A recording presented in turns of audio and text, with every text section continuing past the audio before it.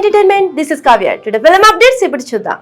ప్రేమించినోడి చేతిలో దారుణం మోసం. 49 ఏళ్లకి క్యాన్సర్ బారిన పడి మృతి. శోభన్ బాబు చెల్లెలి జీవితంలో ఇంత విషాదం దాగి ఉందా? కెమెరా ముందు ముఖానికి రంగేసుకుని అందంగా కనిపించే తారలు ఒక్కసారి ఆ మేకప్ తీసేస్తే ఆ మొహంలో ఎన్నో విషాద ఛాయలు ఉంటాయి.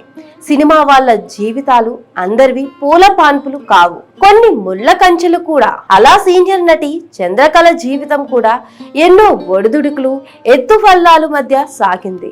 ఓ సినిమాలో క్యాన్సర్ పేషెంట్ గా నటించి చివరికి అదే వ్యాధితో కన్ను మూసింది. అది కూడా కేవలం 49 ఏళ్లకే. అసలు చంద్రకళ ఎవరు, ఆమె జీవితం ఎలా సాగింది అనే ఇంట్రెస్టింగ్ విషయాలు ఇప్పుడు తెలుసుకుందాం. ఇప్పటి తరానికి చంద్రకళ అంటే తెలియదు, కానీ ఓ 4-5 దశాబ్దాల కిందకి వెళ్తే టాలీవుడ్ లో మోస్ట్ బిజియెస్ట్ ఆర్టిస్ట్ ఆవిడ.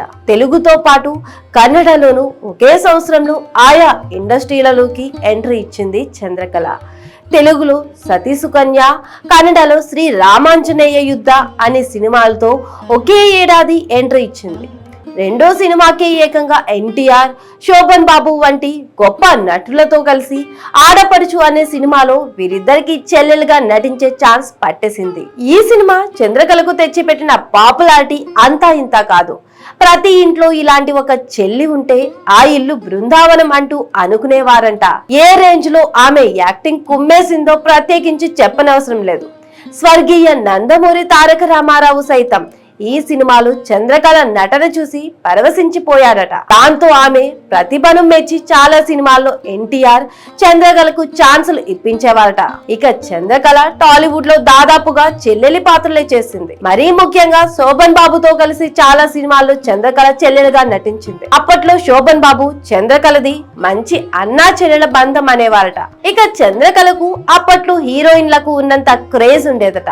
అలా కెరీర్ పీక్ స్టేజ్ లో ఉన్నప్పుడు ఓ వ్యక్తితో ప్రేమలో పడి అతన్ని గుడ్డిగా నమ్మేసి విదేశాల్లో సెటిల్ అవ్వాలని ఉన్న ఫలంగా ఇండస్ట్రీని వదిలి వెళ్లిపోయింది. ఇక పెళ్లి తర్వాత చంద్రకళ జీవితంలో కష్టాలు మొదలయ్యాయి. తన భర్తతో ఎక్కువ రోజులు కలిసి ఉండలేక మళ్ళీ ఇండియాకు తిరిగి వచ్చి తనకు వచ్చిన యాక్టింగ్ ను నమ్ముకుంది. కొన్నేళ్లు ఇండస్ట్రీలో మళ్ళీ పుంజుకుని బ్యాక్ టు బ్యాక్ సినిమాలు చేసింది. అయితే 1978లో కేవలం 49 ఏళ్లకే తన జీవితం అర్ధాంతరంగా ముగిసిపోయింది. అది కూడా క్యాన్సర్ తో పోరాడుతూ తుది శ్వాస విడిచింది. 1971లో ఏఎన్ఆర్ హీరోగా నటించిన దసరా బుల్లోడ్ లో చంద్రకళ నిర్మల పాత్రలో నటించింది. ఈ సినిమాలో చంద్రకళ క్యాన్సర్ పేషెంట్ గా నటించింది. అలా క్యాన్సర్ పేషెంట్ గా నటించిన చంద్రకళ ఈ సినిమా రిలీజ్ అయిన 7 ఏళ్లకు అదే వ్యాధితో చనిపోయింది. ఇక తెలుగులో ఆత్మీయులు, తల్ల, పెల్లమ, దసరా బుల్లోడు, పుట్టినిల్లు, మెట్టినిల్లు, నోమో, చక్రవాకం, కోడేనాగు, కురుక్షేత్రం ఇలా ఎన్నో బ్లాక్ బస్టర్ సినిమాల్లో మెరిసింది. చంద్రకళ ఒక్క తెలుగులోనే కాదు, తమిళ, హిందీ, మలయాళ, కన్నడ భాషల్లోనూ సినిమాలు చేసింది.